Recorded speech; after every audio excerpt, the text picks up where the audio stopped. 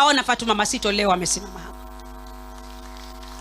Mheshimiwa Raila, kwa hilo nakuambia asante, na wakina mama wa Kenya nzima wanakuambia asante. Umecreate space ya mwanamke na yeye kuweza kusikika.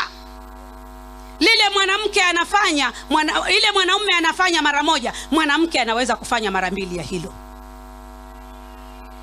Na kila siku Mheshimiwa Raila ana advocate kwa mambo ya wanawake. Mambo hata nyinyi wanaume anawadvokotia, lakini anajua mwanamke wa Kenya ako marginalized. Lazima na yeye apate space katika taifa hili. Alikwebwa silikwe zaye.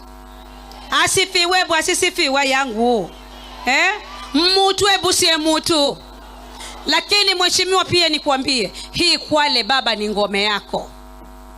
Yale yaliyotendeka yalitendeka, lakini baba, hii Kwale ni nyumba yako, ni bedroom yako baba. Hino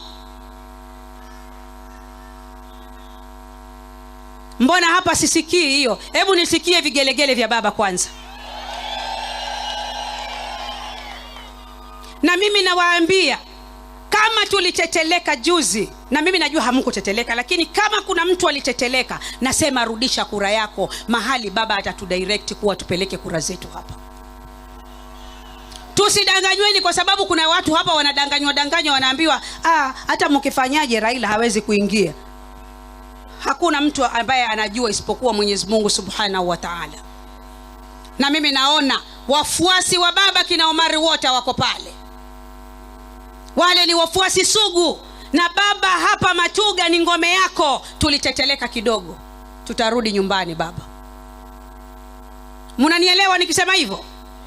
Munanielewa nikisema hivyo? Ni kwa sababu baba anatupenda. Tunafanya vile tunavyofanya, lakini tunajiaibisha. Turudi katika nyumba yetu. Nyumba yetu ni ODM. Na pia kuna hili zoezi nitalizungumzia ambalo linaendelea, registration. Watu wajiandikishe. Baba akitoka hapa anakwenda Ukunda kwa rally, na ni mambo ya kuzungumzia mambo ya registration. Wewe huwezi kuwa mwanachama wa ODM kama hujajiandikisha pale. Kwa sababu mimi chakula changu ni siasa, na nimelelewa ndani ya siasa. Sitawacha kuzungumza siasa, na singechaguliwa kama mimi si bwana siasa. Mimi si daktari wala mimi si mwalimu. Ukiniambia niende hospitali nitibu mtu, siwezi kufanya, wala siwezi kushika choki nikafundisha. Chakula changu ni siasa na maisha yangu ni siasa, tusidanganyane. Basi katika yale ambayo yametuleta hapa, kwanza Mheshimiwa Raila Amolo Odinga, watu wa Kwale County wamepata basari ya milioni 2.6 na 500. 2.6 million and 60,000 pesa ya ruzuku ya basari. Mimi najua hiyo ni pesa kidogo. Kwa kaunti nzima milioni 2.5 ni pesa kidogo sana. Lakini asiyeshukuru kwa kichache, hata ukimpa kingi hawezi kushukuru.